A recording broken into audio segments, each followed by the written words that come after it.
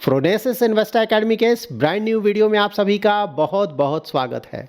Indian stock markets आज क्यों गिरा, नियर फ्यूचर में क्या इस तरह का और भी गिरावट आ सकता है और इस तरह के मार्केट कंडीशन में इन्वेस्टर्स का इन्वेस्टमेंट स्ट्रेटजी क्या होना चाहिए, जानेंगे ये सभी कुछ डिटेल में इस वीडियो में। वीडियो को वॉच करने के दौरान अगर वैल्यू एडिशन हो तो वीडियो को लाइक एंड शेयर जरूर करें और अगर पहली बार हमारे यूट्यूब चैनल पे आए हैं तो चैनल को जरूर सब्सक्राइब करें। इंडियन स्टॉक मार्केट्स इतना क्यों गिरा है यहां से आपको पता चलेगा। देखिए यूएस मार्केट्स का क्या हुआ है। डॉ जोन्स 1.2% डाउन, S&P 500 1.4% के आसपास डाउन, नैस्डैक 2.3% डाउन और रसल 2000 जो कि उनके स्मॉल कैप का इंडेक्स होता है 3% से गिरा है।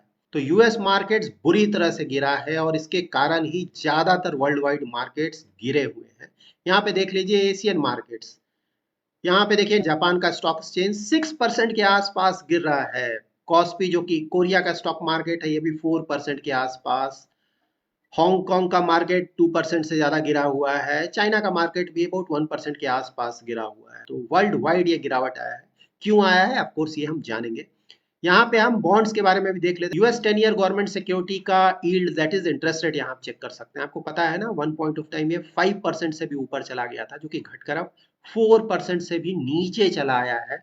ऑयल अगर आप देखेंगे ब्रेंट क्रूड तो 80 के आसपास है जो कि ज्यादा नहीं है। गोल्ड देख लेते हैं। गोल्ड देखिए काफी तेजी है, 2500 पर ऑन्स यूएस डॉलर से ऊपर जा चुका है। सिल्वर भी 29 क्रॉस कर चुका है। अभी हमने जो डिटेल्स चेक किया उससे ये तो क्लियर हो गया मार्केट्स गिर क्यों रहे हैं। देखिए यूएस मार्केट बुरी तरह से गिरा, उसके कारण वर्ल्ड के ज़्यादातर स्टॉक मार्केट्स गिर रहे हैं। इनफैक्ट इंडियन मार्केट गिरा है बट रिलेटिवली अगर आप देखें तो कम गिरा है। तो यहाँ पे सबसे पहले ये जान लेते हैं कि यूएस मार्केट गिर क्यों रहा है। देखिए फेड रिजर्व का जो मीटिंग हुआ था उसका आउटकम क्या आया। आउटकम ये है कि ऐसा लगता है कि फेड रिजर्व जल्दी ही रेट कट करेगा। मोस्टली सितंबर में शायद रेट कट हो सकता है और ऐसा भी लग रहा है कि शायद 3 रेट कट्स इसी साल हो जाएं। तो मैंने आपको कई बार बताया है कि यूएस में अगर रेट कट होता है तो ओवरऑल वर्ल्ड इकोनॉमी के लिए बहुत बड़ा पॉजिटिव है। लिक्विडिटी बढ़ेगा तो उससे स्टॉक मार्केट्स और भी ऊपर जा सकते हैं।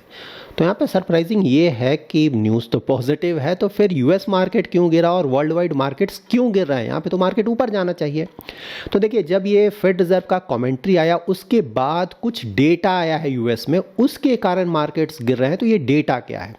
तो देखिए सबसे पहला डेटा है कि वहाँ जो जॉबलेस क्लेम्स होता है ना वो बढ़ गया है। अगस्त 2023 के मुकाबले सबसे ज़्यादा बढ़ा है फिलहाल। तो वो एक कंसर्न है, मतलब कि ना वहाँ पे अनएम्प्लॉयमेंट बढ़ रहा है। फर्स्ट ये। सेकंड डेटा आया है कि वहाँ जो फैक्ट्री एक्टिविटी होता है यूएस में वो 46.8% आया है जो कि एक्सपेक्टेशन से काफ़ी कम आया है। तो ये सिग्नल देता है कि वहाँ पे इकोनॉमिक कॉन्ट्रैक्शन आ रहा है।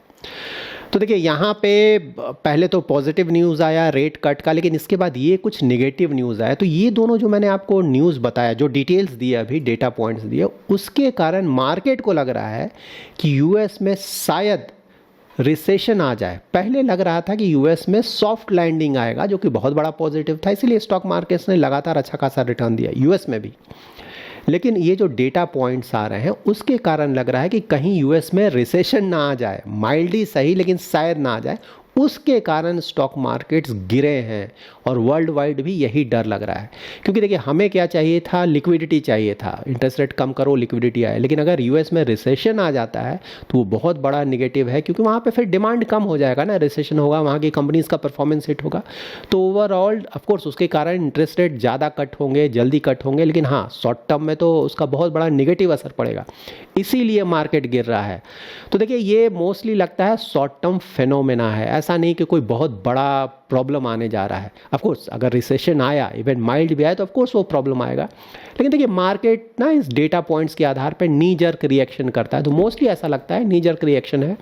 यहाँ पे मार्केट को ये लग रहा है कि ये डेटा पॉइंट हुआ, अगर इसके बाद भी US federal reserve rate cut में और कहीं डिले ना कर दे, क्योंकि आपको पता है फेड रिजर्व हमेशा ही, मतलब रिसेंट टाइम्स में तो ऐसा ही देखने को मिला है ना, बिहाइंड द कर्व रहता है। बिहाइंड द कर्व का मतलब क्या हुआ कि जब यूएस में इन्फ्लेशन बढ़ने लगा तो उस समय फेड रिजर्व ने बोला कि नहीं ये बढ़ रहा है, खुद ब खुद घट जाएगा, हमें इंटरेस्ट रेट बढ़ाने की ज़रूरत नहीं है। लेकिन बाद में इन्फ्लेशन और तेज़ी से बढ़ने लगा तो मजबूरी में उन्हें फिर इंटरेस्ट रेट बढ़ाना पड़ा, और इंटरेस्ट रेट बढ़ाने में उन्होंने डिले कर दिया, और उसका ऑफ कोर्स रिजल्ट हम देख रहे हैं, अभी भी वहाँ इंटरेस्ट रेट काफ़ी ज़्यादा है।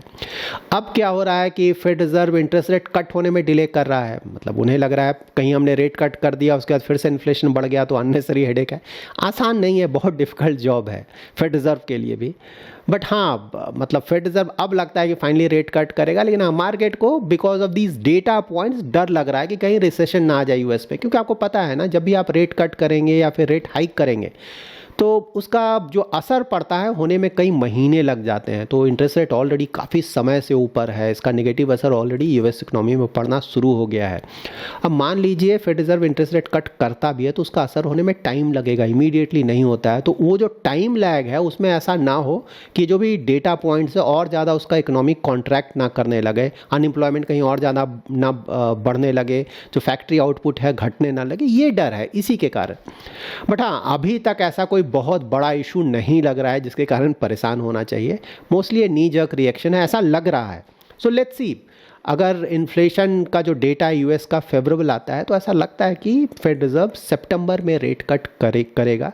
और अगर यूएस में रिसेशन जैसा कोई प्रॉब्लम नहीं आता है तो ओवरऑल ये बहुत बड़ा पॉजिटिव होगा वर्ल्ड वाइड ज़्यादातर मार्केट्स की। इंडियन इकोनॉमी को अगर आप देखें तो ठीक ठाक परफॉर्मेंस है, जीडीपी ग्रोथ रेट हमारा ठीक ठाक चल रहा है, जीएसटी कलेक्शन अच्छा खासा आ रहा है, दूसरे टैक्स कलेक्शंस भी अच्छे खासे हो रहे हैं। बजट को भी देखिए, अगर टैक्सेशन पार्ट को हटा दिया जाए जो कि ऑफकोर्स हमारे जैसे इन्वेस्टर्स के लिए निगेटिव था, उसको अगर हटा दिया जाए तो बाकी ओवरऑल पॉजिटिव बजट है ना। फिस्कल डिफिसिट कम किया जा रहा है, इंफ्रास्ट्रक्चर पे पैसा खर्च किया जा रहा है, रेलवे डिफेंस पे भी अच्छा खासा खर्च किया जा रहा है। ओवरऑल ऐसा देखकर लगता है कि मार्केट में कोई प्रॉब्लम नहीं होना चाहिए। इनफैक्ट यूएस में रेट कट जब होंगे तो ओवरऑल मार्केट्स के लिए बहुत बड़ा पॉजिटिव होगा। तो यहाँ अभी तक ऐसा नहीं लगता है कि कोई परेशान होने वाली बात है, ये नी जर्क रिएक्शन है, मार्केट रिकवर करेगा और फिर परफॉर्मेंस ठीक ठाक हो जाना चाहिए। देखिए यहाँ पे इंडियन इन्वेस्टर्स को एक बात ध्यान में रखना है। देखिए हमारे यहाँ जो मार्केट्स हैं ना, ज़्यादातर small cap mid cap over valued हो गए हैं, प्लस कुछ सेक्टर्स भी अगर आप देखें, कुछ थीम्स देखें तो ओवर वैल्यूड हो गए हैं। मार्केट जब भी अच्छा करता है तो ना ज़्यादातर सेक्टर ज़्यादातर थीम्स अच्छा करते हैं, तो वही हुआ है। मोमेंटम स्टाइल वाले फंड्स या फिर स्टॉक्स बहुत अच्छा कर रहे हैं। लेकिन देखिए मार्केट में जब भी वैल्यूएशन ज़्यादा होता है मार्केट को बहाना चाहिए होता है गिरने का। जैसे अभी एक बहाना मिला ना, यूएस में मार्केट गिर गया, वहाँ कुछ निगेटिव न्यूज़ आया, मार्केट गिर गया। इसी तरह से वर्ल्ड वाइड कभी भी थोड़ा भी अगर निगेटिव न्यूज़ आएगा या फिर इंडिया में कुछ निगेटिव न्यूज़ आएगा तो स्टॉक मार्केट उस समय आप देखेंगे गिरेगा। तो इस समय जो मोमेंटम वाले स्टॉक्स हैं वो ज़्यादा गिरेंगे। तो यहाँ पे देखिए ध्यान ये रखना है एज अ इन्वेस्टर हमें कि मिक्सअप करके चलना है पोर्टफोलियो में या स्टॉक्स में। तो वैसे सेक्टर्स जिनका परफॉर्मेंस अभी तक नहीं आया है लेकिन अच्छे हैं, मतलब आने वाले फ्यूचर में अच्छे परफॉर्मेंस का एक्सपेक्टेशन हम उनसे कर सकते हैं। मैंने हमेशा आपको बताया private sector banks, large banks नहीं आया, लेकिन ऐसा नहीं कि नहीं आएगा, उस पर हमें ध्यान रखना चाहिए। वहाँ वैल्यूएशन वाइज रीजनेबल है। आईटी का अगर देखें तो आईटी में वैसी कंपनी जिनका वैल्यूएशन, ऑफ कोर्स आईटी में अभी बहुत सारी कंपनीज है खासकर मिड कैप वाली जहाँ वैल्यूएशन बहुत ज़्यादा हो गया है, बट हाँ उसी स्पेस में कुछ ऐसी कंपनीज जहाँ की वैल्यूएशन रीजनेबल हो कुछ हद तक, तो वहाँ भी अच्छा खासा। प्लस आईटी सेक्टर की जो लार्ज कैप कंपनीज़ हैं, यूएस में रेट कट होगा तो ऑफ कोर्स आप देखेंगे कि वहाँ भी अच्छा खासा परफॉर्मेंस आएगा, तो वो भी अच्छा खासा ट्रिगर पॉइंट हो सकता है। उसके बाद डिफेंसिव्स, एफएमसीजी ऑलरेडी अच्छा कर रहे हैं, आपने देखा होगा परफॉर्मेंस इंप्रूव हो रहा है। फार्मा ऑलरेडी परफॉर्मेंस इंप्रूव हो रहा है, तो ये कुछ है। इसके अलावा जैसे मोमेंटम वाले जिनका परफॉर्मेंस रीसेंट टाइम्स में लास्ट 2 ईयर्स में बहुत अच्छा आया है। रेलवे डिफेंस देखिए वहाँ प्रॉब्लम नहीं है एज अ सेक्टर और थीम, गवर्नमेंट अभी भी वहाँ अच्छा खासा खर्च कर रही है, मेक इन इंडिया अभी भी चल रहा है, ऐसा नहीं कि बंद हो गया, तो वहाँ पैसा आता रहेगा। लेकिन वहाँ प्रॉब्लम है वैल्यूएशन का, कंपनीज़ में प्रॉब्लम नहीं है। कंपनीज़ के जो ऑर्डर बुक्स हैं वो सब आते रहेंगे, चलता रहेगा, ठीक है। जब तक गवर्नमेंट अपना ये जो भी डिसीजन है ना कि मेक इन इंडिया करेंगे, इंडियन कंपनीज़ को ज़्यादा बिजनेस देंगे, जब तक ये चेंज ना कर ले तब तक पॉजिटिव है। तो सिर्फ वैल्यूएशन कंसर्न है, वहाँ पे हमें ध्यान रखना चाहिए। देखिए अगर बहुत ज़्यादा वैल्यूएशन होता है वो कब गिरेगा नोबडी नोज़, मतलब आज गिरे कल गिरे, हो सकता है 1 साल के बाद गिरे, बट हाँ वो हमें ध्यान में रखना है कि वो गिरावट आएगा, एवरेज आउट करेगा, फिर से शायद ऊपर आए।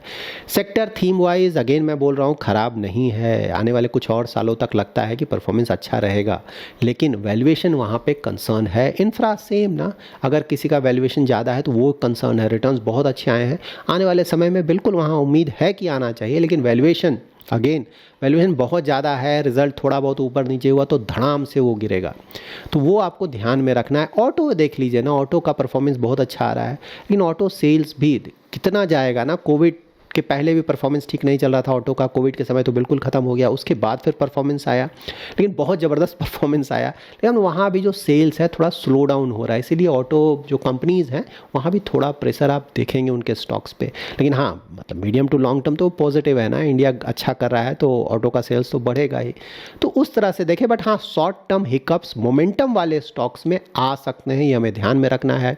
उसी तरह से मोमेंटम वाले जो म्यूचुअल फंड्स हैं वहाँ भी आ सकता है, जो वैल्यू वाले हैं जिसके बारे में ऑलरेडी बताया वहाँ थोड़ा बहुत आप आउट परफॉर्मेंस बिल्कुल आप एक्सपेक्ट कर सकते हैं। और जब रेट कट होगा, ठीक है, ध्यान में रखें, रेट कट होगा तो सबके लिए पॉजिटिव होता है। रेट कट होता है तो जनरली स्टॉक मार्केट अच्छा खासा परफॉर्मेंस देता है। जनरली देखिए, स्टॉक मार्केट है तो बीच बीच में गिरता रहेगा, निगेटिव न्यूज़ है वो दूसरी बात है, उसकी बात मैं नहीं बोल रहा हूँ, तो गिरेगा ही, स्टॉक मार्केट है, अप डाउन होगा ही। लेकिन हाँ, मैं ट्रेजेक्ट्री बोल रहा हूँ medium term, like rate cut हुआ तो 2-3 साल का अगर होराइजन देखा जाए तो मोस्टली ऐसा लगता है कि पॉजिटिव होगा। और रेट कट में मिड कैप स्मॉल कैप्स का ही परफॉर्मेंस अच्छा होता है क्योंकि लिक्विडिटी बढ़ता है।